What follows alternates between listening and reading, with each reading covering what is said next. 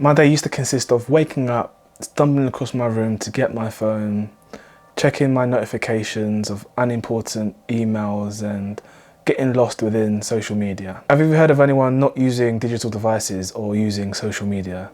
And if they didn't, you'd probably give them a weird stare. This routine of checking my notifications would slowly continue throughout the day, slowly eating into the little bits of extra free time that I did have. And although I never really felt addicted to checking my phone all the time, all my social media, I knew that I had started to form a bad habit. I knew that I had to break the cycle of that knee-jerk reaction to check my phone. We are increasingly becoming distracted from various different devices, and as much as it pains me to say it, as a person who loves tech, it can become detrimental to your productivity.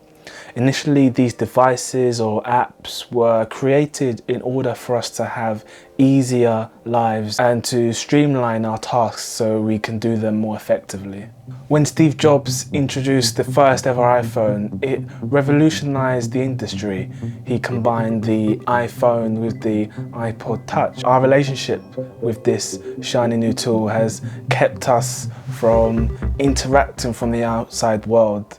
And in a sense, we are more alone than we are more connected, even though millions and millions of people have mobile phones and they can see other people's lives. Few would have predicted our relationships with the phone would have played out in this day and age, especially combined with all the apps and social media, how it's becoming more prevalent to stay more connected. And when I think about it, I'm always connected to my phone. I don't ever rarely leave the house without it, not intentionally. I always have my laptop or an iPad at least. It's something that I'm finding that is more and more present in my daily routine. Like, I always need to have something there. And that's not necessarily a good thing. So there was a time where I did actually lose my phone. I was out on holiday, and for the first few hours or so, it was horrible. Like, I thought that I was going to miss out on something. What if someone needed to contact me? But I had to sort of just cast it out of my mind and think to myself, I'm either going to let this ruin my holiday, or I can just go and continue with my holiday and try and enjoy it of the time that we do have left. So after some time, I did actually just start to just ease up a bit and really just not think about it. And it actually forced me to sort of take in my surroundings more. And eventually I would say I enjoyed my holiday even better. So have you ever asked yourself, why are you using these digital devices? What value are they bringing you? Or why are you using social media? Why are you on Facebook? Why are you using Instagram? I like to think of these social media channels as a digital Rolodex that you sort of check in on people every now and again. And realistically, what value are they bringing to you on a daily basis rather than taking time? And these devices are increasingly dictating how we behave and think.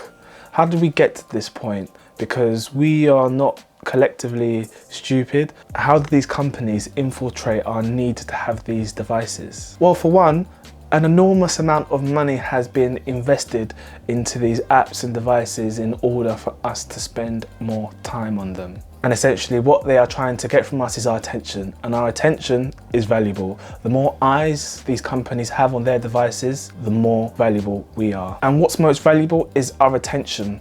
And these companies have figured out a way how to infiltrate our psyche and our need for positive reinforcement and social approval through these devices. As we compulsively check our phones for these notifications, there's something about that unpredictability that releases more dopamine within our brains. And this brain chemical is responsible for our sense of craving. Before Facebook notifications, the original color was blue to match the color palette of the rest of the website.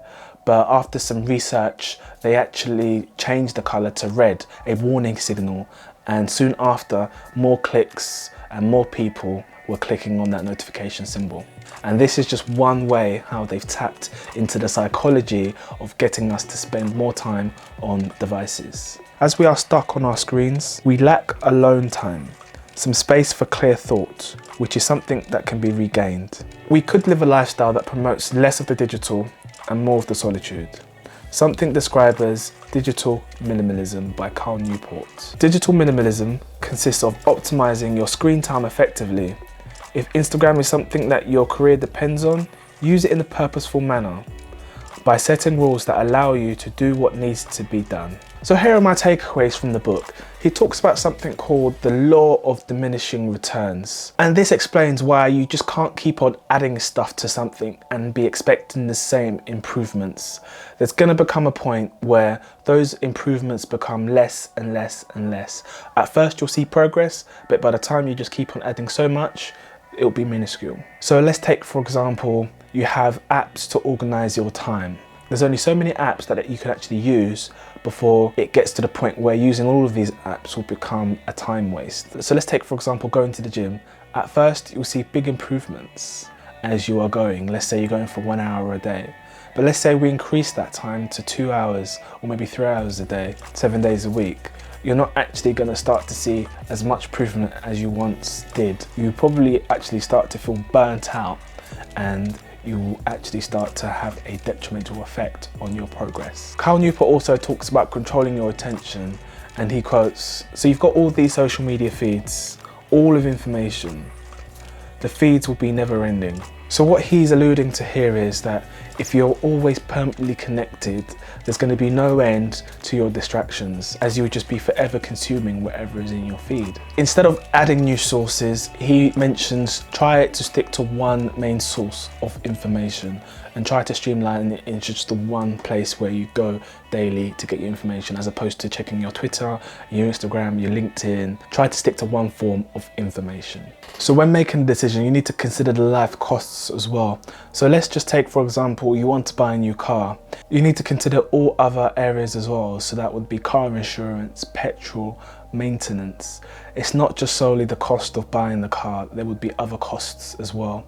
And relating that back to social media, the true cost here is essentially your time. What are you giving up? If you're always connected in your device, you'll be giving up that time that could be spent on other areas. He also mentions that you shouldn't underestimate the value of spending high quality leisure time by yourself. And I actually came across a quote by Aristotle, and I'll just read it out for you. And he mentions that to live a good life, one must have time indeed for deep contemplation, for no other reason than to enjoy the activity itself. So activities such as spending time on social media or depending on what you're doing on your digital device, these are all low quality time. And essentially, when you spend time doing high quality tasks, these activities require thought and they are more rewarding. It will have you coming away feeling more energized. So to circle back, in modern day life, it's unrealistic to cut out all devices 100%. But I think there's definitely room in order to minimize the time spent on these digital devices. I think it's really beneficial to sort of sit back and evaluate what value are these devices or spending time on social media, what value are they bringing to you? I think for me personally, I'm going to start setting myself some digital curfews.